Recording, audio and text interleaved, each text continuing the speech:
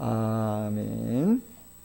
예, 마태복음 67번째 기적보다 복음을 통한 변화가 중요하다, 이러한 제목으로 말씀을 좀 같이 나누겠습니다. 오늘 말씀은 조금 딱딱한 부분들도 있습니다. 미리 말씀드립니다. 또 영적으로는 설교를 하는 제 자신도 어떤 면에서는 홍 목사 너는 그렇게 살아가고 있나? 라고 할 때 참 부담스러운 그러한 내용의 본문이기도 합니다. 우리 좋은 의미로 마음 준비하고 들읍시다. 할렐루야. 예? 예. 지난 주 중에요, 인근에 사는 어르신 부부가 목양실을 좀 찾아왔습니다. 교회를 다니시지 않는 분들입니다. 저희 교회뿐만 아니라 다른 교회도 다니시지 않는 분이고, 여성분은 성당을 다니신다는 얘기를 하시고, 남편 되시는 분은 성당도 안 다니시고 교회도 다니지 않는 그러한 분입니다. 근데 가족 중에 3년간 암으로 투병 중인 분이 계신데 고민이 되는 부분이 있고 조언을 듣고자 하는 부분이 있어서 목사님을 좀 찾아왔다 했습니다. 제가 알기로는 그분들이 이곳에 이사 오신 지 몇 년 됐습니다. 안면이 있고 또 반갑게 인사도 하고 그러한 관계입니다. 그래서 좀 조언을 좀 얻어도 되겠다 생각하셨는지 저희 교회를 찾아왔어요. 아무래도 암 선고를 받고 투병 생활을 오래 하시면 마음이 어떻습니까? 약해지죠.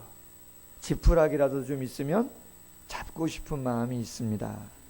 근래 어떤 교회를 소개받았답니다. 치유와 능력이 나타난다고 해서 한번 가보자. 그래서 가봤다는 것이죠. 근데 탁 들어가는 데부터, 예배를 드리려고 하는 데부터 마음이 되게 부담스러웠다는 겁니다. 교회를 안 가봐서가 아니라 되게 그 분위기가 좀 뭐라 그럴까요? 광적인 모습이 너무나 있다는 거예요. 정상이 아닌 것 같은 그러한 예배 분위기가 그 교회 안에 있더라는 것이죠. 그래서 과연 그 교회가 건전한 교회인지, 또 계속 가도 괜찮은 것인지 목사님 정도면 한번 정확하게 이야기를 해주실 수 있을 것 같다. 그래서 여쭈러 오셨다는 거죠. 제가 그 자리에서 그 교회 이름을 여쭙고 인터넷으로 검색했어요. 그랬더니 요즘 이단성이 있는 교회로 드러났습니다. 교회가 이름만 바꿨습니다. 이름만. 치유에 대한 강조가 지나치고 무분별한 예언이 행해지는, 예배가 끝나고 나면 예언받은 사람 다 앞으로 나오라 그러고 의자에 앉히고, 그분들에게 예언을 받고자 원하는 분들은 다 예언을 받으라 할 정도의 그러한 교회입니다. 교계에서 많은 논란을 야기하고 있는 교회였습니다. 그래서 제가 이렇게 하십시오, 이렇게 하십시오, 그리고 말기암 환자이기 때문에 호스피스 병동 좋은 곳, 이런 곳이 있습니다. 그러더니 목사님이 한번 가셔서 예배 한번 같이 드려주시면 좋겠다. 쉽지는 않겠지만, 그래서 월요일 날 한번 같이 가서 예배 한번 드리기로 그렇게 하고 돌려보냈습니다. 잘 배웅을 했는데요. 제가 그 어르신들 돌려보내고 또 상담하면서도 그렇고 말씀을 준비하면서도 이런 생각을 해봤습니다. 우리 모두는 기적을 필요로 하기도 합니다. 사모하죠. 그런데 정말 중요한 표적이 무엇일까? 당연히 암 환자에게는 암이 낫는 것이죠. 그것보다 더 확실한 기적은, 표적은 없죠. 그러나 여러분, 우리 다 알고 있습니다. 모든 암 환자가, 모든 다른 질병을 앓고 있는 그러한 환우들, 그 성도들이 모든 병을 다 낫는 것은 아니죠. 저도 전에 섬겼던 교회에 암으로 투병 생활했던 분들이 꽤 계십니다. 완치가 된 분들, 가까운 분들도 계십니다. 몇 분이 계셔요. 그러나 안타깝게 하나님의 부름을 받은 분들도 계십니다. 심지어는 부부가 다 암으로 돌아가신 분들도 계셔요. 그럼 그분들은 신앙이 약했나? 하나님을 믿지 않았나? 아닙니다. 그렇지 않습니다. 다 신앙생활 하셨었고 기도생활 하신 분들입니다.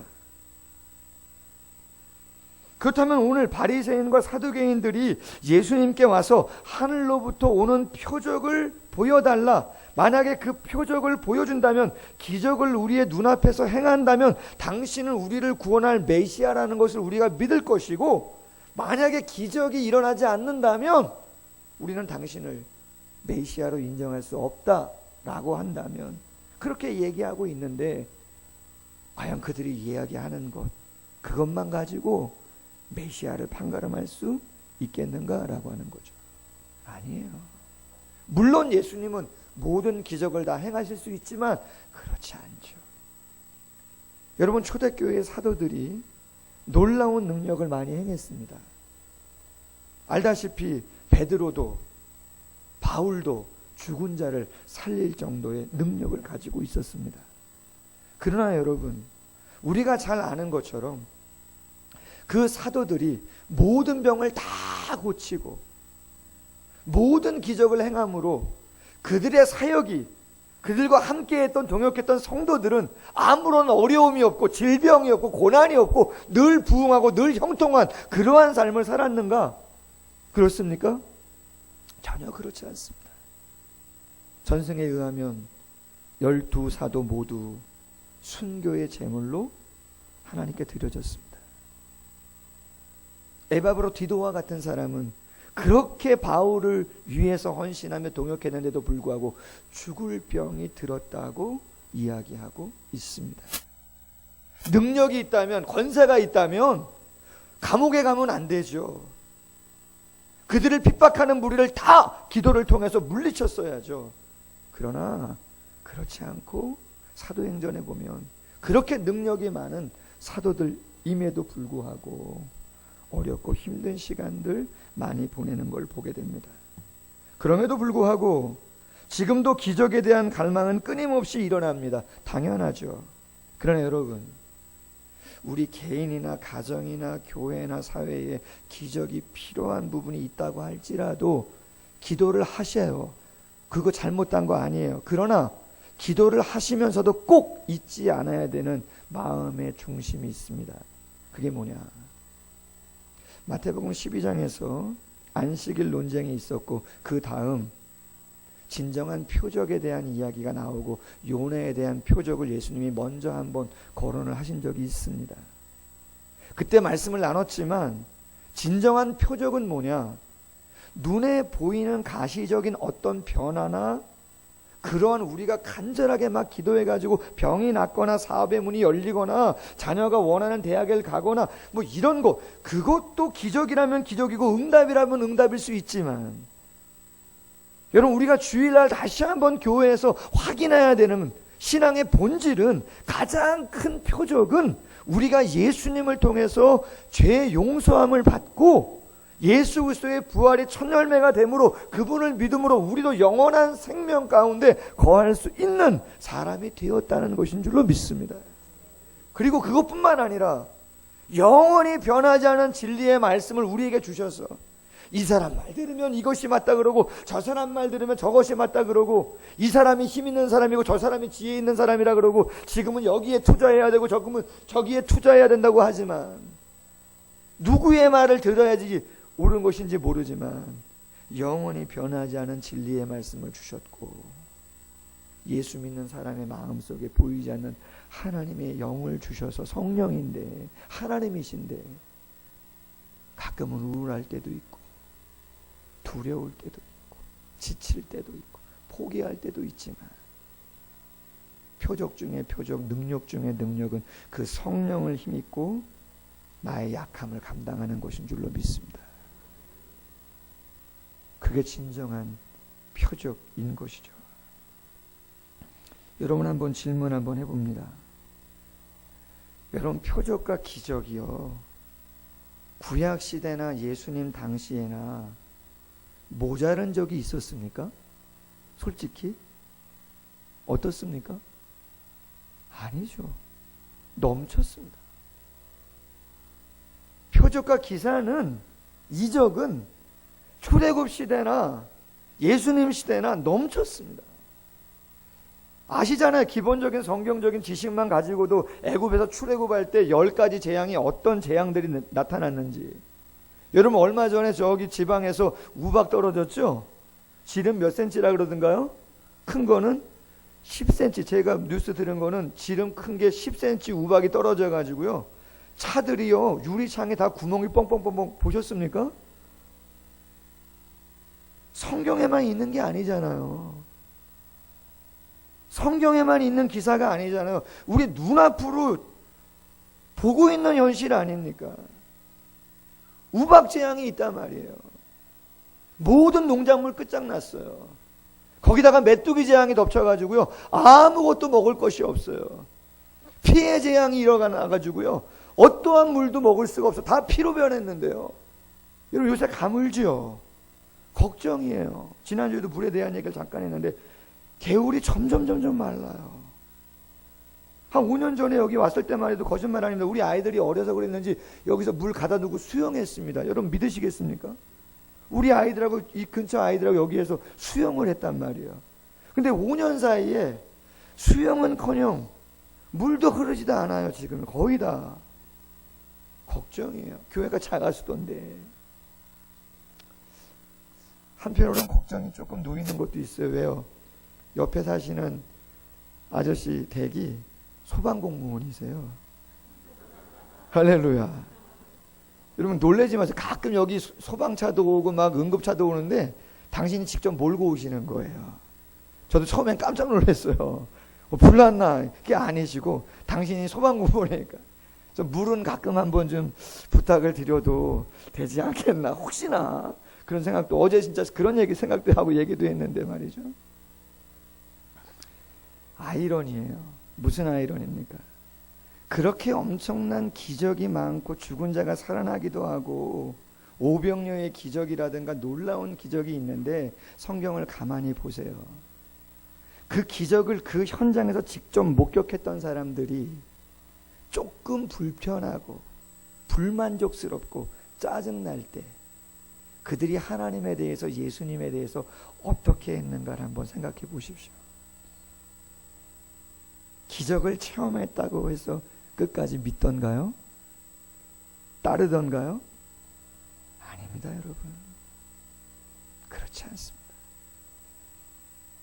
그 엄청난 기적을 체험했으면 끝이죠. 이제 아무리 힘들고 어려워도 하나님이 그 정도 능력을 갖고 계시다면 나를 죽여도 살릴 것이라고 그 정도 신앙이 있어야 되는데 아니요. 성경에 보면 출애굽 40년의 역사는 원망과 불평과 시험의 역사요, 죽음의 역사입니다. 예수님은 그렇게 환호했던 호산나 다윗의 자손으로 오시는 예수여, 종려나무 가지를 흔들고 환영을 했지만 예수님이 십자가에 달리자 다 떠나버리는 아이러니죠. 그러하게 여러분, 기적이 우리의 삶에 필요할 때가 있다면 기도를 해야서 하나님의 능력을 경험해야 되지만 기적 자체가 우리의 신앙생활을 이끌고 대변하는 주체가 되는 것, 주가 되는 것은 조심하셔야 된다. 할렐루야. 여러분 오늘 1절에 보면 바리새인과 사두개인이 예수님께 와서 말하는 거예요. 예수를 시험하여 하늘로부터 오는 표적 보이기를 청한다. 근데 여러분 재미난 건요, 성경 복음서에 보면 바리새인도 나오고 사두개인도 나오고 또 누가 나와요? 서기관도 나오고 율법사도 나오고, 그죠? 뭐 열심당도 나오고 많이 나와요. 종파합니다. 근데 그 중에 오늘 본문에 나오는 바리새인과 사두개인은요, 정치적으로 말하면 더불어민주당하고 자유한국당 사람들인 거예요. 극과 극인 사람들인 거예요. 아주 앙숙이에요. 어떻게 보면은요. 신앙도 다르고 정치적인 색깔도 완전히 달라요. 근데 지금 같이 예수님께 왔어요. 왜 왔을까요? 그렇죠. 의도가 불순해요. 예수님 넘어뜨리려고, 흠잡으려고 온 거예요. 참 죄인들은 어쩔 수 없는 것 같습니다. 근데 그들을 향해서 예수님이 뭐라고 말씀하시는가? 3절과 4절에 이렇게 말합니다. 너희가 날씨는 잘 분별하면서 시대의 징조는 제대로 분별을 하지 못하는구나. 그러면 4절에 뭐랍니까? 악하고 음란한 세대가 표적을 구하나 요나의 표적밖에는 보여줄 표적이 없다. 여러분, 악하고 음란한 세대, 구체적으로 누구를 일컫는 거냐면 바리새인과 서기관들. 눈에 보이는 표적만 원하지 진정 보이지 않는 십자가와 부활과 말씀과 성령의 은혜는 터부시하는 그 사람들을 일컬어 이야기하는 것이죠. 그러면서 예수님이 말합니다. 요나의 표적밖에는 보여줄 것이 없다.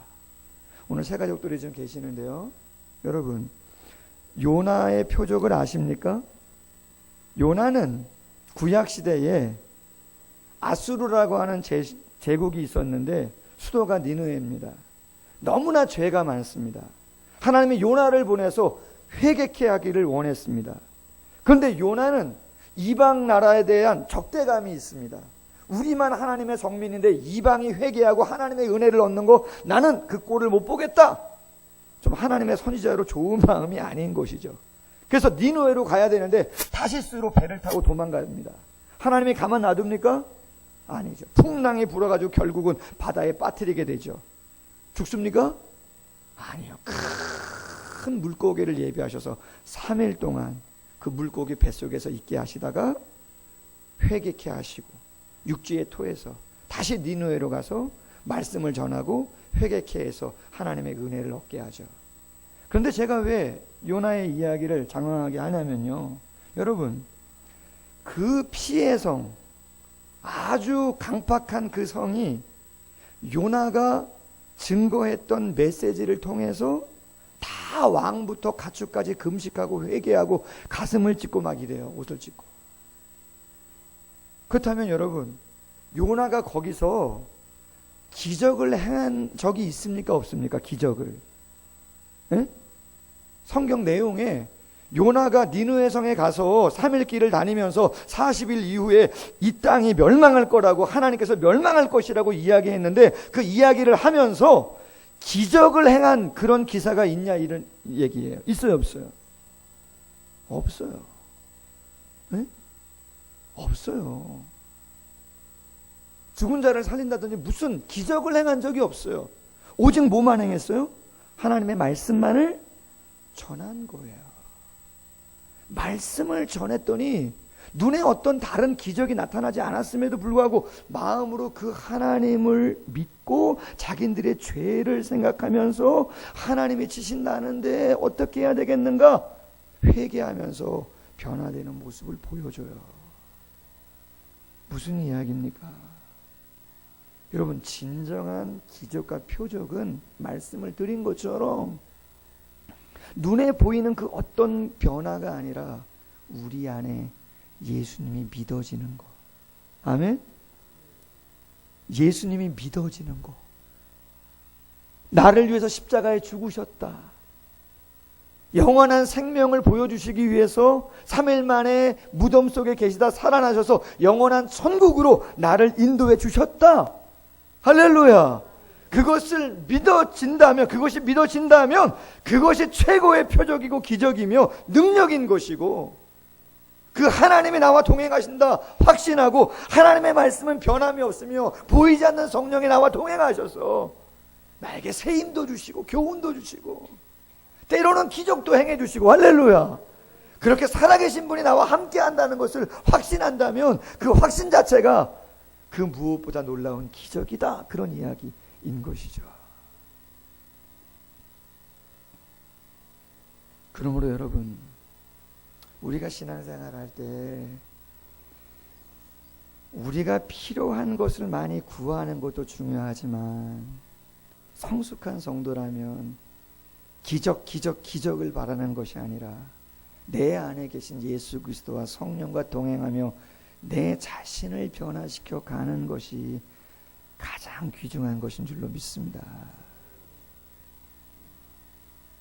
제가 부교육자부터 지금까지 한 25년 조금 더 됐습니다. 이번 주처럼요, 어떤 의미에서는 매 설교 시간에 같은 예화를 든 적이 한 번도 없는데 이번 주가 처음입니다. 민수기를 생명의 삶으로 묵상하는데 묵상 에세이들이 너무 좋아요. 새벽에 한번 소개했어요. 금요 기도회 때 한번 소개했어요. 너무한 거 아닌가? 할렐루야. 반응이 없으신데요? 어떻다는 거예요? 한 번 더 소개하려고 합니다. 할렐루야. 여러분 꼭 기억하십시오. 오늘의 교회 이상준 목사님의 글인데 이런 내용입니다. 나는 중학교 3학년 때 하나님을 인격적으로 만났다.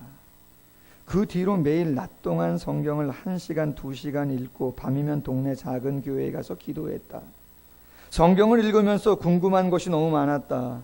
그래서 매일 밤 상가 2층에 있는 교회에서 창문으로 비추는 달빛에 성경을 읽으면서 이해가 안 되는 부분을 하나님께 질문했다. 그러면 하나님은 앞뒤 본문을 열어서 이해시켜 주시고 관주에도 없는 관련 구절들을 알려주셨다. 놀라웠다. 나는 이 개인 레슨 시간이 너무나 기다려졌다. 하나님과의 미래였고 은밀한 동산이었다. 처음에는 아무것도 들리지 않았다. 그런데 어느 날부터 하나님이 내게 말씀을 하기 시작했다. 그것은 귓가에 울리는 육성이 아니라 영혼을 흔드는 음성, 조용하지만 너무나도 분명한 음성이었다. 그리고 2가지 사실을 깨달았다. 첫째, 그분의 답을 아는 것보다 그분의 답을 받아들이는 것이 더 중요하다는 사실. 2번째, 그분의 답은 이미 성경을 통해 계시되어 있다는 사실. 아멘. 오늘날 크리스천에게 절실히 필요한 것은 응답이 아니라 헌신이다. 인간은 끊임없이 하늘을 향해서 응답하라 오바, 응답하라 오바. 하나님 내 사정 아시죠? 응답하여 주옵소서, 응답하여 주옵소서. 하나님께 기도하지만 한편으로는 하나님도 우리를 향해서, 하늘에서 우리를 향해서 응답하라 홍목사, 응답해라 홍목사. 그 마음 아니지 않느냐 홍목사. 어떻게 삶을 살아가야 되느냐. 내가 언제까지 사랑하라고, 언제까지 인내하라고, 언제까지 겸손하라고, 언제까지 기도하라고 내가 너에게 끊임없이 매 시간 응답하라고 이야기해야겠더냐. 과연 누가 누구에게 응답을 해야 하는 것인가? 사실 하나님은 다 주셨다. 그분은 하실 말씀을 다 하셨다. 이미 하나님은 주실 수 있는 모든 복을 다 주셨다. 이제는 당신이 그 말씀을 받아들일 차례이다. 아멘. 저희 교회 새가족 중에 정순신 성도님 아시는 분 아실 겁니다. 연세가 많으세요. 전도를 통해서 저희 교회 오셨고 학습도 받으셨고 얼마 전에 세례를 좀 받으시려고 했는데 알고 보니까 신장이 많이 안 좋으셔서 부인 되시는 분도 암으로 투병 중이십니다. 아주 오래됐습니다. 당신도 신장이 안 좋으셔서 병원에 입원했다 퇴원했다 이제 그런 상황이셨던 거예요. 이제 신방도 가고. 근데 부인 되시는 분이 목사가 집에 오는 걸 원하지 않는다고 강경하게 말씀하셔서 참 가기가 쉽지 않았는데 그래도 요 몇 번 한 2-5번 정도 가서 뵙지는 않고 그냥 거실에서 기도하고 또 반찬 가게에서 반찬 좀 사다가 좀 드리기도 하고 뭐 그랬습니다. 그런데 제가 신방 가서 병원 신방 가거나 가정의 신방 가서 정순신 성도님 기도를 이렇게 하잖아요. 그럼 제 마음에 말이죠, 이런 마음이 들어요. 하나님 저에게 정말 능력 좀 주시면 안 됩니까?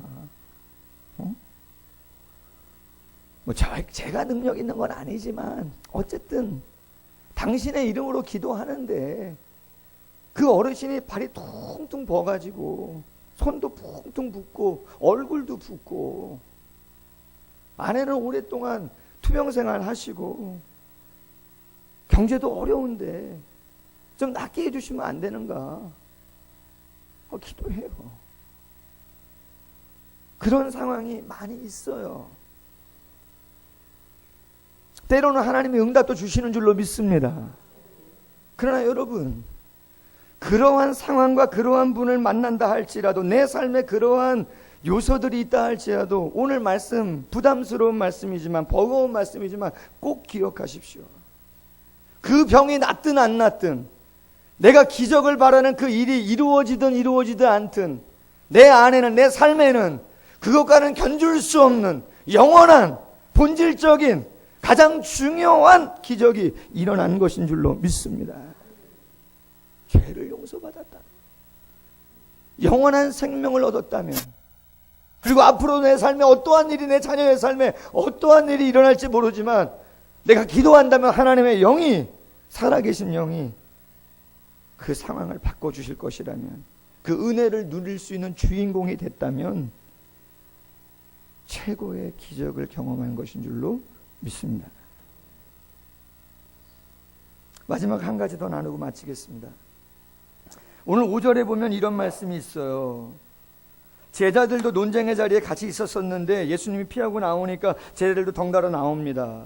근데 떡을 챙기지, 먹을 것을 챙기지 못하고 나왔어요. 나오는데 주님이 제자들을 향해서 말합니다. 바리새인과 사두개인들의 누룩을 주의해라, 그렇게 얘기했어요.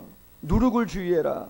그랬더니 떡에 대한 이야기인 줄 알고 제자들이 걱정을 합니다. 아우, 예수님이 말씀을 안 하셔서도 떡을 챙겨가지고, 먹을 것을 챙겨가지고 나왔어야 되는데, 또 광야 가서 전도하고 힘들 텐데 먹을 것을 챙기고 나왔어야 되는데 먹을 걸 안 갖고 나왔으니까 나중에 또 예수님한테 혼나는 거 아닌가 걱정을 했단 말이에요. 그랬더니 예수님이 말합니다. 아니다, 아직도 깨닫지를 못하더냐. 보리떡 5개와 물고기 2마리로 몇 명 먹고 얼마 남았니? 보리떡 7개로 물고기 2마리로 몇 명이 먹고 어느 정도가 남았었니? 내가 너희에게 이야기하는 건 떡에 대한 문제가 아니다. 너희에게 기적이 필요하면 내가 반드시 기적을 줄 것이다. 할렐루야. 반드시 기적을 줄 것이다. 그러나 더 중요한 거, 바리새인과 사두개인의 누룩을 조심하라 그런 건 그들의 교훈, 그들의 가르침, 되지도 않았으면서 된 것처럼 십자가와 부활도 없이, 인격이 변하는 삶도 없이 형식적으로 신앙생활하면서 신앙생활 잘하는 것처럼 생각하는 그들의 모습, 절대 그것만은 본받지 말아라. 아멘. 너희들에게 필요한 거 있다면 내가 줄 거니까. 묵상에서에 나와 있는 한 가지 이야기 소개하고 마칩니다. 여러분, 우리가 왜 기적을 구하지 않아도 괜찮은가 답을 주는 예화인데요. 김남국 목사님의 글입니다. 나는 심우하고 있는 주 내임교회 후임 목회자와 다음 세대를 위해 몇 년 전부터 간절히 기도하고 있었다. 은퇴할 때가 되신 거죠. 한 번은 은퇴를 앞두고 계신 남포교회 박영선 목사님을 만났다. 교계의 어른입니다. 묻습니다. 목사님, 후계 목사님에 대해 관여 안 하십니까? 나는 관여 안 해. 그 일은 청빙위원회에서 알아서 할 거야. 아이, 그러다가 후계 목사님이 잘못 오면 어떡해요? 남포교회가 사라질 수도 있잖아요. 김 목사, 나는 하나님을 믿어. 순간 나는 당황했다. 나도 하나님을 믿는데. 박 목사님의 말씀이 이어졌다.